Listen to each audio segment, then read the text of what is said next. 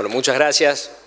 Celebro el excelente contenido del discurso del presidente, de José Lino, planteando cuestiones estructurales de la economía relacionadas con el federalismo, con el cooperativismo, con cosas que tenemos que hacer desde las provincias. Y ahora vamos a cambiar un poco el foco del análisis, vamos a tratar de reflexionar en estos 30 minutos que tenemos acerca de qué puede ocurrir con la economía hasta las elecciones y qué puede ocurrir después. Por supuesto, ni yo ni ustedes sabemos qué va a ocurrir, ni el gobierno, ni la oposición, ni nadie, por definición, porque desconocemos el futuro. Alguien podría pensar que con ese impedimento de conocer el futuro y en una economía tan inestable, no tiene mucho sentido que dediquemos tiempo a pensar la economía. Es exactamente al revés. Vivimos en una economía tan inestable que tiene mucho sentido pensar los procesos económicos en curso, tratar de entender lo que está ocurriendo, tratar de entender la lógica de decisión de quienes manejan la política económica para tratar de anticiparnos a lo que puede ocurrir, y eso es lo que vamos a tratar de hacer en estos 30 minutos. Para eso hay una primera clave de análisis muy importante que tiene que ver con la inflación. Lo que ustedes tienen ahí en ese gráfico es algo muy simple. Es la inflación mensual en Argentina, mes a mes, desde enero de 2010 hasta ahora, que muestra varios elementos que nos van a permitir reflexionar sobre este fenómeno tan particular, tan arraigado en Argentina y que nos va a permitir mirar hacia adelante. Hay dos elementos fundamentales en ese gráfico. Una marcada estabilidad de la inflación en torno a, si redondeamos, el 2% mensual durante gran parte de estos 10 años. 2% mensual puede parecer poco, pero acumulado en el año es 27%, es un montón de inflación. Y un descarrilamiento de ese nivel de inflación con cada una de las grandes devaluaciones. La devaluación de Kicillof en enero de 2014, la de Alfonso Prat-Gay en diciembre de 2015 y enero de 2016, en ocasión de la unificación cambiaria, y la de Duhovne en etapas muy fuerte entre mayo y agosto del año pasado, y también bastante importante en el arranque de este año. Si empezamos por este último elemento, es algo que todos ustedes saben, un traslado muy fuerte y muy rápido de las devaluaciones a los precios internos. Los libros de economía plantean que eso debería ocurrir solo con los bienes vinculados al comercio exterior, es decir, que una devaluación aumente automáticamente los precios en el mercado interno de los bienes vinculados al comercio exterior. La mayoría de ustedes conoce perfectamente, porque estamos en las provincias, que eso ocurre con la gran mayoría de los alimentos. Tienen precios en dólares porque son productos de exportación y por lo tanto cuando sube el tipo de cambio suben los precios internos, y también de los bienes importados. Pero lo que ocurre en Argentina es que no queda ahí el traslado de la devaluación a los precios internos. Se traslada la devaluación rápidamente al resto de los precios de la economía, no porque tengamos algo en particular con el dólar, porque tengamos algo en nuestro ADN cultural que hace que amemos el dólar, simplemente porque vivimos desde hace décadas en una economía altamente inestable y eso hace que muchos precios de la economía terminen indexados al dólar, es decir, que en decisiones de formación de precios esté el dólar como referencia. El presidente del Banco Central, a principios del año pasado, Federico Sturzenegger, nos planteaba a nosotros como ciudadanos, decía, acostúmbrense a la flotación cambiaria. Eso es bueno, entre otras cosas, porque va a desconectar los precios internos del dólar. A fin de cuentas, decía él, si el tipo de cambio sube, después baja, después sube de nuevo, los que forman precios de bienes que no están vinculados con el comercio exterior se van a dar cuenta que están fijando precios de una manera equivocada y por lo tanto se van a desconectar. Mientras lo decía, estaba pasando exactamente lo contrario. Por ejemplo, empresarios de todo el país, industriales por ejemplo, que venían corriendo el dólar de atrás. Cobraban los productos que vendían y cuando se daban vuelta a comprar materiales con precios dolarizados se encontraban con que el precio había subido y que vuelta a vuelta, cada vez que saltaba el tipo de cambio, había que poner plata sobre la mesa y que si uno hacía los números a lo largo del año, generaba unas pérdidas por diferencia de cambios enormes. Muchos de esos empresarios en algún momento se plantearon, che, ¿y si dolarizamos la lista de precios? Ese fenómeno que hace surgir esa pregunta, che, ¿y si nos enganchamos al dólar? Es justamente lo que hace que después el dólar se termine trasladando tan rápidamente a los precios internos, pero no es culpa del empresario que toma esa decisión. El empresario que toma esa decisión lo que está haciendo es tratando de tomar la mejor decisión posible no para ganar un montón de plata, para no fundirse. En contexto de alta inestabilidad, el juego es ese. Cómo no fundirse alegremente en el momento en que uno está contento porque está rotando, está vendiendo un montón, y después se pone con el contador y el contador le dice que está totalmente fundido. Y dice, pero ¿cómo puede ser posible si nunca vendí y nunca roté de esta manera? Bueno, justamente por la velocidad a la que estabas rotando, cobrando por debajo del costo de reposición, te fundiste rápidamente. Y eso lo sabe cualquier empresario y comerciante del país. Pero lo que más difiere con lo que plantean los libros de economía y, por ejemplo, con lo que creen los economistas del Fondo Monetario Internacional, que vienen con el libro de economía bajo el brazo, es lo que ocurrió en los otros momentos fuera de los meses en donde se trasladaba una devaluación a los precios internos. Los momentos en donde la inflación era muy estable en torno al 2% mensual. Ustedes deben haber escuchado infinidad de veces que los libros de economía plantean que la inflación es en todo momento y lugar un fenómeno estrictamente monetario. ¿Qué quiere decir eso? Un país emite dinero en exceso, genera inflación, pero un país deja de emitir dinero y la inflación desaparece. Con esa lógica no puede existir una inflación alta y al mismo tiempo estable. Porque para mantener estable una inflación de, digamos, el 30% anual, un banco central tiene que tener la misma disciplina monetaria que para mantenerla estable en el 5% mensual. Pero si la inflación es del 30% mensual es porque no tiene disciplina monetaria y por lo tanto, ¿por qué habría de esperarse estabilidad? El argumento es impecable. Argentina lo refuta totalmente. Hace 10 años que tenemos inflación alta y al mismo tiempo estable y que solo se hace inestable en los meses en que una devaluación se va trasladando y se traslada rápidamente a los precios internos y cuando ese efecto pasa, la inflación vuelve a una situación estable en un nivel elevado. Esto es importantísimo para entender no solo lo que ha venido ocurriendo en Argentina, sino para mirar hacia adelante. Esto es lo que explica por qué fracasan los planes antiinflacionarios monetaristas, es decir, que le ponen toda la responsabilidad al Banco Central y que el Banco Central dice, como lo dijo en septiembre del año pasado, cuando hace el segundo acuerdo con el Fondo Monetario Internacional, no emitimos más dinero desde acá, desde ese momento, hasta junio del año que viene, o sea, hasta el mes que viene, no emitimos más dinero. Con eso la inflación tiene que desaparecer. ¿Por qué tiene que desaparecer? Porque los libros de economía dicen que si usted no emite, no tiene inflación. Algo que suele ocurrir entre los economistas, muy aferrados al libro de economía, es que si la realidad no coincide con la teoría, la que está equivocada es la realidad. ¿Cuál fue la reacción del Banco Central cuando eso no funcionó y del Fondo Monetario Internacional? Bueno, no funcionó, pero tiene que funcionar. ¿Por qué tiene que funcionar? Porque los libros de economía dicen que tiene que funcionar. Bueno, entonces, ¿qué hacemos? Y lo que íbamos a hacer hasta junio lo hacemos ahora hasta diciembre. Es decir, si el monetarismo no funciona para bajar la inflación, la solución es más monetarismo.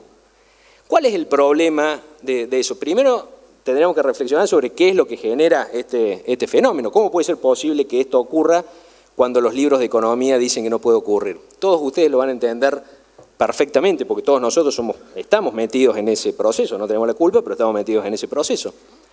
Cuando la inflación es alta, porque originalmente se emitió en exceso, por lo que fuera, pero ya es alta, se activan mecanismos económicos que ya no tienen nada que ver con la causa original, ya no tienen nada que ver con la cantidad de dinero ni con las tasas de interés. Son procesos circulares por los cuales los salarios suben porque subieron los precios, pero después los precios suben porque subieron los salarios, y cuando esa rueda está girando al 25 al 30% anual, uno puede poner las tasas de interés en las nubes o ponerlas en el subsuelo, uno puede emitir mucho dinero, poco dinero, y la inflación sigue su curso. A eso suele llamársele inercia inflacionaria. Cuando eso ocurre, la política monetaria se hace inefectiva. ¿Y qué empieza a ocurrir? Genera altísimas tasas de interés. ¿Por qué? Porque a medida que van transcurriendo los meses con la misma cantidad de dinero, pero con inflación todos los meses, el valor de ese dinero se va reduciendo y es como si se sacara dinero de circulación. Hay una forma muy fácil de verlo. Es exactamente lo mismo sacar de una economía que no tiene inflación el 25% del dinero que en una economía que tiene una inflación del 25% anual dejar la misma cantidad de dinero. En los dos casos, al final del año, hay 25% menos de dinero en términos del poder adquisitivo de ese dinero. En un caso, porque hay menos dinero en circulación con los mismos precios, en otros casos, porque los precios hicieron el trabajo sucio de licuar el valor de ese dinero. Y cuando la economía se empieza a quedar sin dinero, las tasas de interés van para arriba. Y eso, no hace falta que se los diga, generó una recesión muy profunda y con un impacto social muy profundo.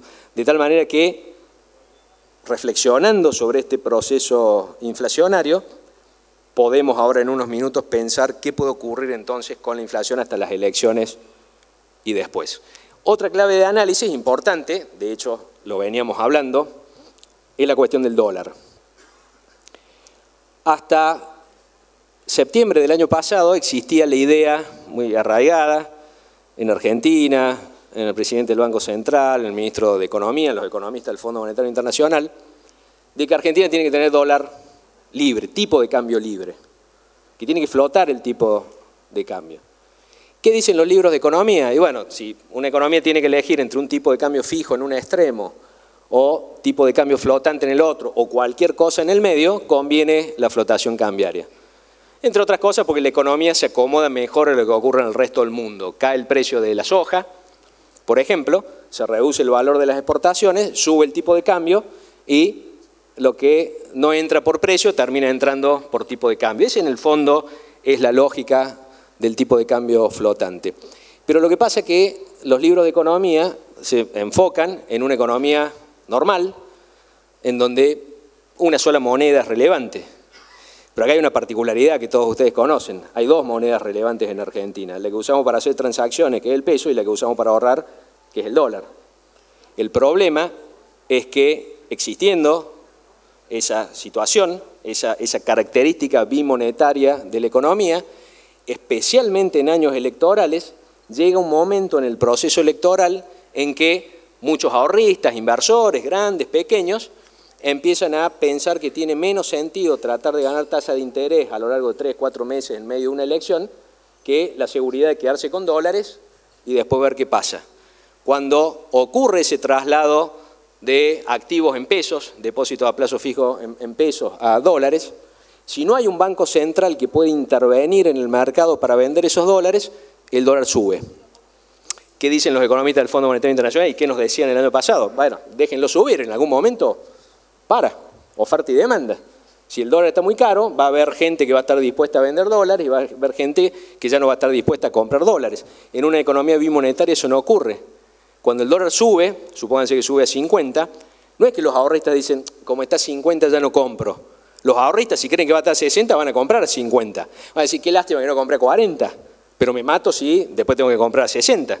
Con lo cual a 50 siguen comprando y cuando llega a 60, si las expectativas son de que siga subiendo, la demanda no cae, sino que hasta puede acrecentarse. Entonces el dólar puede terminar en un nivel altísimo. De hecho, en 2002, dejado libremente, terminó en lo que hoy serían alrededor de 90 pesos por dólar. Y ustedes recuerdan que el año pasado, la primera vez que llegó a 42 pesos por dólar, la economía se frenó en seco.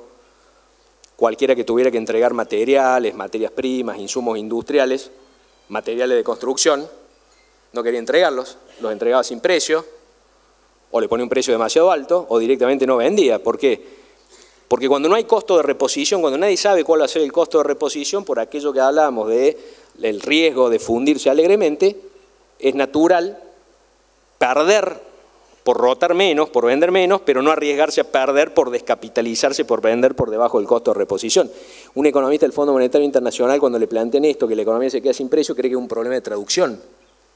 ¿Cómo que la economía se queda sin precio? No puede quedarse sin precio. Si una economía libre donde funcionan los mercados, ¿para qué tenemos una economía libre? ¿Para que haya precios en la economía?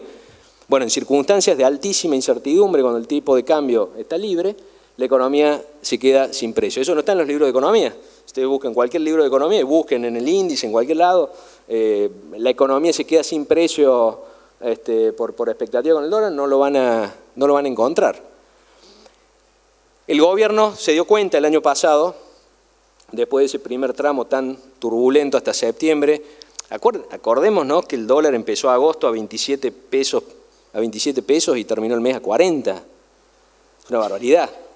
Cuando el gobierno va por el segundo acuerdo, el Fondo Monetario dice, bueno, ok, está bien, vamos a hacer un esquema de bandas cambiarias, es decir, un esquema en donde por debajo de cierto nivel del tipo de cambio y por encima, digamos, entre medio, por encima de un nivel mínimo y por debajo de un nivel máximo, no podés intervenir, pero te dejo intervenir fuera de esas bandas. Son esas líneas naranjas que tenemos ahí en el gráfico. Pero claro, como lo planteaba alguien que cree fervientemente, casi religiosamente en el tipo de cambio libre, puso unas bandas anchísimas.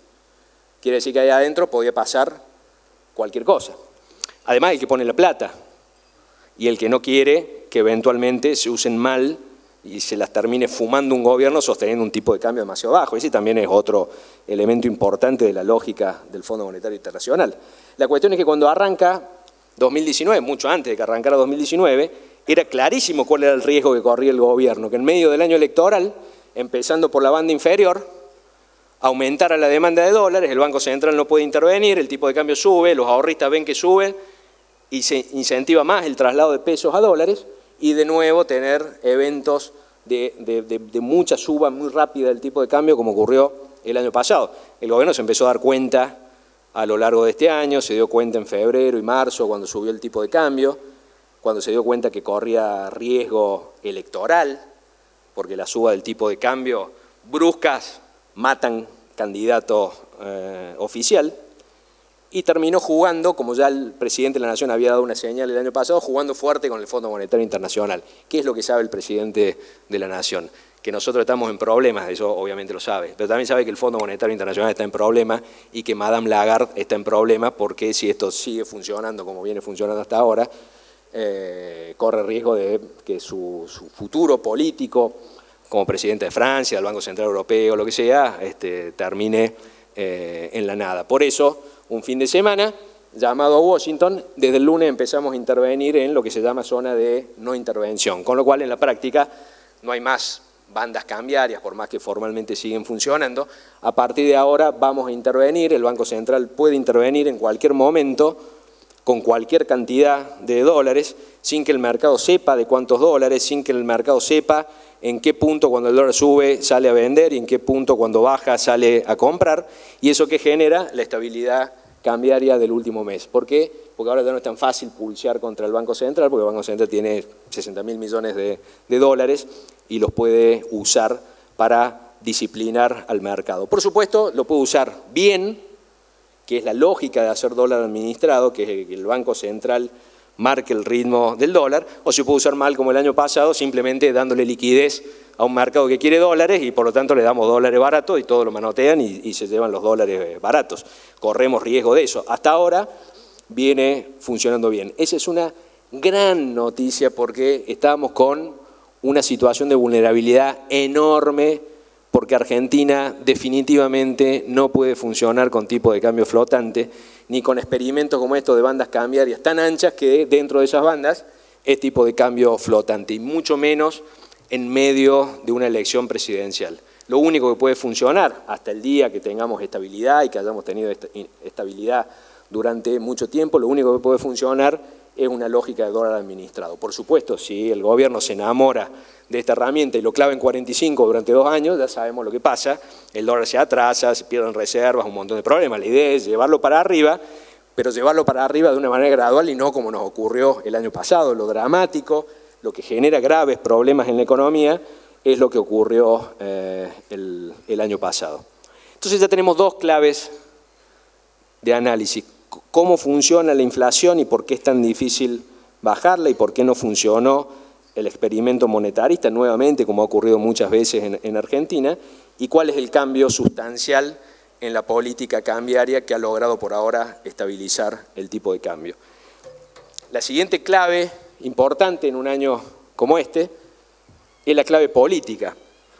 No para que pensemos ahora en nuestras preferencias políticas, no para que pensemos en quién votar. Eso es una cuestión que tiene que estar fuera del análisis económico. Lo que tiene que estar dentro del análisis económico es cómo juegan los distintos actores y para bien o para mal terminan incidiendo en la economía. Un primer punto de partida para algo que hoy es muy relevante y que es muy relevante en los últimos días es si a los candidatos y otros actores políticos que están jugando fuerte los pusiéramos en una línea donde cuanto más a la derecha estén, más cerca están de la ortodoxia económica, es decir, del libro de economía, y cuando más a la izquierda están, más lejos están de esa situación.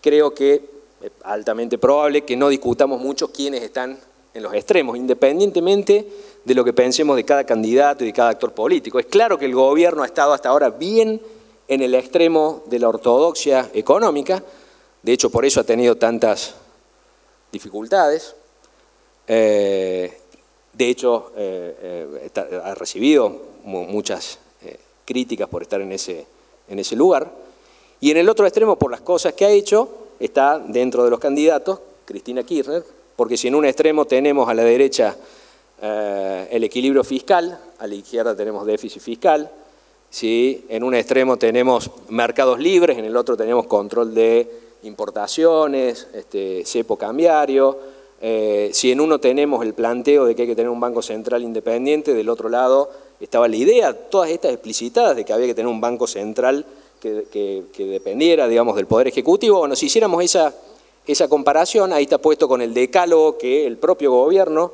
plantea y con una serie de ítems que, independientemente de lo que pensemos del gobierno anterior, podemos estar de acuerdo con que caracterizan de alguna manera a la lógica del gobierno. Por ejemplo, el discurso en su momento de Kicillof. No es que si estuviera acá Kicillof diría, no, che, esa lista no tiene nada que ver con lo que hicimos. Kicillof diría, por supuesto, esa lista es nuestra. Y si pusiéramos entre medio al resto de los candidatos, a Schiaretti, que si bien no es candidato, todos ustedes saben cómo ha estado jugando políticamente y cómo se preveía que jugara políticamente, está hacia la izquierda, pero cerca del gobierno nacional. De hecho, una cuestión que complicó las negociaciones de Labaña con Alternativa Federal, que el propio Labaña lo dice, es, y bueno, estábamos conversando sobre un proyecto de país y resulta que veo la foto de Schiaretti con el presidente de la Nación y sale y dice, estos son mis 6 puntos, los propios, contra los 10 que había planteado el gobierno, y lo que dice Labaña, de esos 6, 5 son iguales que el del otro gobierno. Es decir, claramente Labaña se está poniendo en ese eje a la izquierda, y claramente Schiaretti está más cerca del gobierno. Cuando uno analiza el decálogo, porque cada uno tiene su decálogo, está el decálogo del gobierno, los 6 puntos de Schiaretti, el decálogo de Labaña, el decálogo de Massa. José Néstor hablaba de los consensos, todos están dispuestos a los consensos, pero cada uno con su lista. Es una forma de consenso bastante extraña, porque de hecho ninguna de esas listas hasta ahora ha podido sacar puntos en común.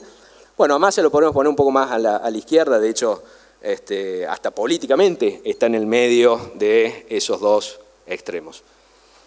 Y de Alberto Fernández sabemos poco, porque lleva poco tiempo como candidato, pero sí tenemos que mirar el Grupo Callao, que es su think tank, su usina de pensamiento, su grupo de economistas, que viene trabajando con él desde hace más de un año. Entonces, si recurrimos a las cosas que venía escribiendo ese grupo, uno puede ubicarlo cerca de Cristina, pero no tanto. Pues plantea, no, cepo no, pero sí controles de capitales.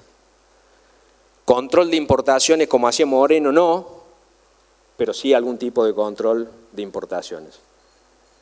Algunas cosas interesantes de políticas industriales activas, de ciencia y tecnología asociado a la industria. Por supuesto, acá estamos en el terreno de las ideas, y salvo los extremos que están gobernando o ya gobernaron, que lo podemos calificar más allá de lo que digan, por lo que hacen y por lo que hicieron, el resto nos tenemos que mover en el terreno de las ideas. Pero ¿qué pasa? Si a esto lo pusiéramos, el eje horizontal es el mismo, pero con un eje vertical relacionado ahora con cuán cerca están o cuán fervientemente defienden la idea de concertaciones, los dos que están en los extremos, en el terreno de las ideas, están también en el extremo inferior, uno porque han gobernado con una mesa chica, de hecho esa es la crítica que internamente en Cambiemos se le hace al gobierno nacional, ustedes saben, porque ha estado explicitado por el radicalismo, que dice, che, pero formamos una coalición electoral, pero después nos enteramos de las decisiones por los diarios, vienen pidiendo la pelota. El propio Labaña plantea, che, este es un gobierno que no se ha abierto y para arreglar estos problemas hace falta un gobierno de concertación, por eso podríamos poner a Labaña allá arriba, por lo menos por lo que viene planteando. Viene planteando, che, para arreglar esto hace falta un gobierno bien amplio, porque desde una fracción política Es imposible arreglar este nivel de problemas porque ninguna va a tener mayoría. Si hubiera alguna fracción política que tuviera mayoría en el Congreso y pudiera decidir por sí mismo, uno podría decir, bueno, sí, pueden arreglar todo esto. Pero como ya estamos partiendo de una situación de fragmentación política en la cual nadie que gobierne va a tener mayorías, hacen falta cierta apertura para concertar. El propio gobierno se lo debe estar planteando hacia adentro, no lo sabemos, pero es probable que sí, y de última el radicalismo se lo está planteando. ¿Cuál es la gran novedad desde hace 2 sábados atrás? Ese movimiento que ustedes ven a la izquierda, de Cristina Kirchner hacia el centro y hacia una posibilidad de mayor apertura. Por supuesto, aquí hay múltiples interpretaciones, ustedes deben haber escuchado muchas interpretaciones de, está bien, hay una lectura de que con el núcleo duro no se puede, o hay riesgo de no poder ganar la elección, pongo a alguien que más allá de lo que nosotros pensemos, quien lo está decidiendo piensa que tiene más chances de conseguir votos fuera de ese núcleo duro, pero una vez ganada eventualmente la elección, correte, ahí voy yo. Si solo fuera esto, poniéndonos en los zapatos de nuevo de quien está tomando la decisión, porque acá no importan las preferencias nuestras, sino entender quién está tomando decisiones, si la lectura fuera solo electoral, uno podría decir, bueno, podría llegar a ocurrir eso, pero es altísimamente probable que no sea solo electoral, que la inquietud sea, bueno, ok, y si ganamos, ¿cómo se arregla todo esto? ¿Puedo yo, habiendo dinamitado, en la lógica de Cristina Fernández, habiendo dinamitado puentes con el Fondo Monetario, con los medios de comunicación, con la oposición, con el empresariado, ¿podría arreglar todo esto? ¿O hará falta alguien que tenga esas conexiones y la posibilidad de hacer esas conexiones y que no sea arriar ciertas banderas, como imagínense, un nuevo gobierno kirchnerista negociando con el Fondo Monetario Internacional, después de haber jugado tan fuerte políticamente con que había que pagarle a cualquier costo al Fondo Monetario Internacional para que se fuera. Si esa otra consideración estuviera presente, y eso por supuesto es discutible, pero es bastante probable que esté presente, ya la lógica sí podríamos pensar que efectivamente es un corrimiento hacia el centro. Alguien podría plantear, bueno, entonces, ¿por qué queda de candidata a vicepresidente? Muy probablemente porque ha leído el caso de Brasil. Lula da Silva, candidato con la mayor intención de voto, queda impedido de participar en la elección porque estaba encarcelado. Entonces dice, bueno, acá este es mi candidato, vótenlo. Si lo votan a él, me votan a mí. Bueno, no funcionó. Seguramente está entendiendo que ella tiene que estar en la fórmula para poder hacer o garantizar esa transferencia de votos. De hecho, cualquiera de ustedes que realmente sea genuinamente kirchnerista o gente que ustedes conozcan kirchnerista, se darán cuenta que les cuesta bastante digerir al candidato presidencial que están llevando y que si están dispuestos a votarlo es porque está Cristina en la fórmula. ¿Cuál es el punto y la conexión con la economía? Que si esto verdaderamente fuera así, el escenario más negativo para los mercados, el escenario cuco de una Cristina radicalizada, independientemente de lo que pensemos, pero el escenario que tanto temen los mercados, de un gobierno radicalizado que nos lleva directo a Venezuela, baja drásticamente probabilidad. Es un escenario que queda con mucha menos probabilidad y eso le juega a favor a la economía y le juega a favor a este gobierno. De hecho, ustedes habrán visto la estabilidad del dólar en estos días, la estabilidad de las variables financieras, el gobierno empieza a estar contento de nuevo porque empieza a recuperar terreno en las encuestas. Es altamente probable que provenga de eso de, bueno, listo, el peor escenario ya está. Los mercados siguen prefiriendo a quienes estén más a la derecha en ese eje y menos a los que estén hacia la izquierda.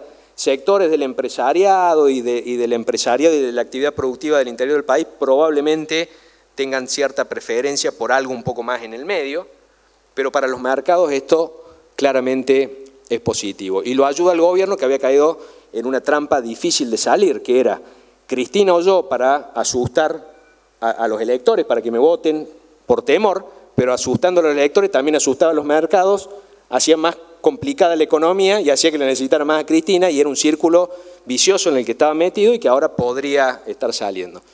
Si juntáramos todos los puntos, para usar los últimos segundos que nos quedan, ¿qué podríamos pensar hacia adelante? La inflación no va a desaparecer ni de acá a la elección ni con posterioridad a la elección. Lo máximo que puede ocurrir es que, habiéndose dado cuenta el gobierno y cualquiera que siga que la lógica del dólar libre es muy nociva para la inflación, es que volvamos a lo que ocurrió tantas veces en los últimos 10 años y veíamos en el gráfico anterior. Volvamos a una inflación del 2% mensual, será un montón, porque 27 anuales es un montón, pero que la economía empiece a funcionar de nuevo y que los salarios empiecen a recuperarse y que las tasas de interés empiecen a bajar, y después veremos cómo solucionar el problema de fondo de la inflación, que debería llevar varios años, porque cuando hay mucha inercia inflacionaria no se soluciona de shock con políticas monetarias, eso lo deberíamos tener bien claro. Eso sí podemos decir hacia adelante, porque es muy difícil que le erremos. La volatilidad del dólar va a depender del régimen cambiario. Cuanto más flotación haya, más volatilidad va a haber. Es probable que ahora, con el aprendizaje que hizo el gobierno, sigamos con dólar administrado y que cualquiera de los que gobierne desde el 10 de diciembre intente lo mismo y no se arriesgue de nuevo a una flotación cambiaria que está en los libros de economía, pero que en Argentina no tiene chances de funcionar. La recuperación económica va a depender de varios factores. Afortunadamente, a nosotros en las provincias ya nos empieza a jugar a favor el movimiento del sector agropecuario. Ahora, en unas horas, va a salir el informe de la Federación de Expendedores de Combustibles mostrando que por primera vez en muchos meses la venta de gasoil en la provincia de Córdoba ya empezó a repuntar, señal de que los motores han estado con datos abril, señal de que ya en abril esto empezó a funcionar, pero para que de manera generalizada se recupere la economía, hace falta que pase la incertidumbre electoral. Quedan pocos meses, en Argentina es una eternidad, pero quedan pocos meses, hay muchas decisiones que están frenadas hasta que lo electoral se dilucide, que se estabilice el dólar, cosa que ya pasó y depende de que el Banco Central siga operando bien, que empiecen a bajar las tasas de interés, para eso habrá que cambiar la política monetaria. Si la inflación sigue siendo alta por esta inercia inflacionaria, ¿para qué emitimos cero? Si sigue siendo alta en torno al 25-30% anual, emitamos al 25-30% anual, la inflación va a ser la misma, pero las tasas de interés van a ser más bajas. Esas son cosas que hay que repensar desde la economía y desde la política. Tienen que empezar a recuperarse el poder adquisitivo de los salarios, que cayó muy fuerte. Este año ya empieza a empatarle con las paritarias que se están cerrando y con la evolución posible de la inflación. Recién después de eso podrá empezar a recuperarse.